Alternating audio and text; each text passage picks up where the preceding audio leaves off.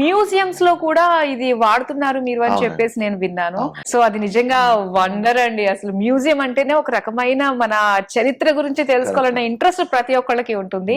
So దానికి ఒక మనకి గైడ్ కావాల్సి వస్తుంది యాక్చువల్ గా, ఇది ఇలా జరిగింది అని చెప్పడానికి. సో ఎవరు అవసరం లేకుండానే మనం ఈ విధంగా దాని గురించి తెలుసుకోవాలండి, మ్యూజియం గురించి. ఇప్పుడు ఒక మ్యూజియం కి ఒక 100 పీపుల్ కానీ వెళ్ళంటే 100 గైడ్స్ కావాలి మనకి. అది ఎవరికి సాధ్యం కాదు. సో ఇది ఒక గైడ్. మనం మ్యూజియంకి వెళ్ళిన దగ్గర నుంచి, ఎంట్రన్స్ దగ్గర నుంచి లోపల మ్యూజియం మొత్తం తిరగటానికి అది మన గైడ్ లాగా పనిచేస్తుంది. మన లాంగ్వేజ్ లో ఒక 30-40 లాంగ్వేజ్ దాంట్లో మనం పెట్టుకోవచ్చు. పెట్టుకొని we can develop the application. So just head phones పెట్టుకొని మన హోక్ దాన్ని స్కాన్ చేస్తా ఉంటే, ఫర్ ఎగ్జాంపుల్ అక్కడ యానిమల్స్ లేవు, ఆ యానిమల్స్ విల్ కమ్ అవుట్, బయటకు వస్తాయి యానిమల్స్. స్కాన్ చేయగానే యానిమల్స్ 3D లో వస్తాయి, నాట్ 2D. 3D లో బయటికి క్రియేట్ చేయొచ్చు.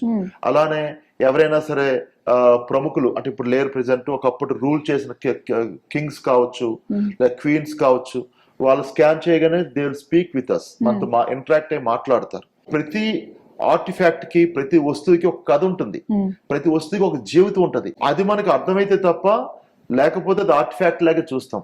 ఒక ఖడ్గం ఉంటుంది, అసలు ఎవరు వాడరు ఆ కత్తిని. శ్రీకృష్ణ దేవరాయలు ఒక యుద్ధాల్లో వాడేదని ఎలా వాడాడు, ఆ కథ తెలిసినప్పుడు మన ఆ వస్తువుని డిఫరెంట్ వేలో చూస్తాం. ఒక వస్తువు మామూలుగా ఉండటానికి దానికి ఒక ప్రాముఖ్యత తెలిసినప్పుడు దాని వాల్యూ మనకు అర్థమవుతుంది. అలా చేయటానికి మ్యూజియంస్ మేము ఒక ఇంటరాక్టివ్, ఎంగేజింగ్ గా డెవలప్ చేసాం. టెక్నాలజికల్ మ్యూజియంస్ అండ్ ఆంధ్రప్రదేశ్ లో 2 మ్యూజియంస్, ఏలూరులో ఒకటి, బాపు మ్యూజియం ఒకటి, అండ్ కొండపల్లి ఫోర్ట్, ఇవన్నీ మేము డెవలప్ చేసాం. ఇవి డెవలప్ చేసిన దగ్గర నుంచి ఇప్పుడు మీరు బాపు మ్యూజియం ఎప్పుడైనా వీలైతే వెళ్ళండి అక్కడికి. You will enjoy like anything.